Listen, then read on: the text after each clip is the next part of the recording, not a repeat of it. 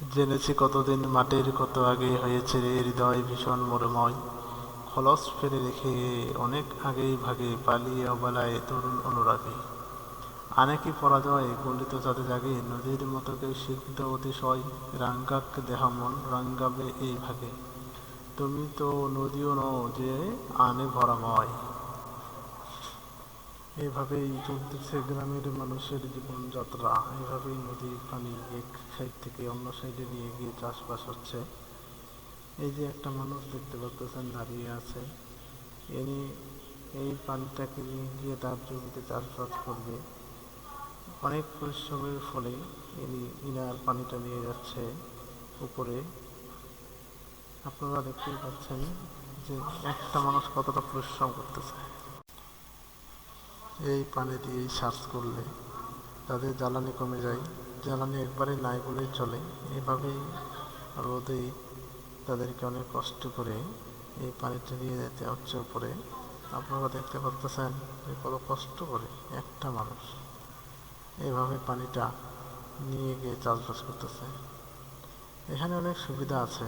সুবিধা বলতে কোনো জ্বালানি খরচ নাই। এই যে নদীর পানিটা আসতেছে, এই পানিটা দিয়ে চলে যাচ্ছে উপর দিয়ে একবারে চাষের জমিতে। আর এর ফলে এখানে কোনো প্রকার জ্বালানি খরচ হচ্ছে না। নদীর পাড়ের কৃষকগুলো এটাই সবচেয়ে বড় সুবিধা। আর এরকম করে ব্রিজগুলো বানায় দিলে হয়তোবা গ্রাম অঞ্চলে যেখানে কৃষিকাজ করা হয় সেই কৃষিকাজে জ্বালানি অনেক কমে যাবে।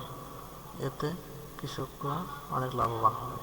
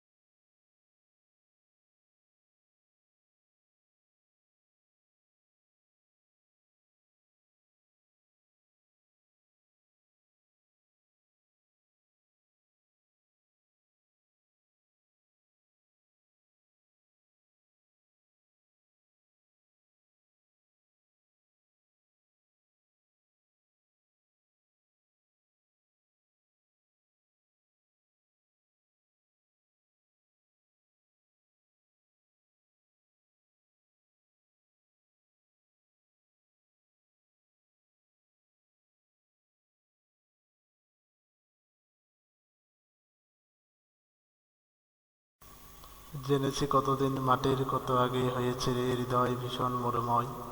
খলস ফেলে রেখে অনেক আগেই ভাগে পালিয়ে অবলায় তরুণ অনুরাগে। আনে কি পরাজয় গলিত যাতে জাগে নদীর মতো কেউ সিদ্ধ অতিশয়। রাঙ্গাক দেহা মন রাঙ্গাবে এই ভাগে। তুমি তো নদীও নও যে আনে ভরাময়।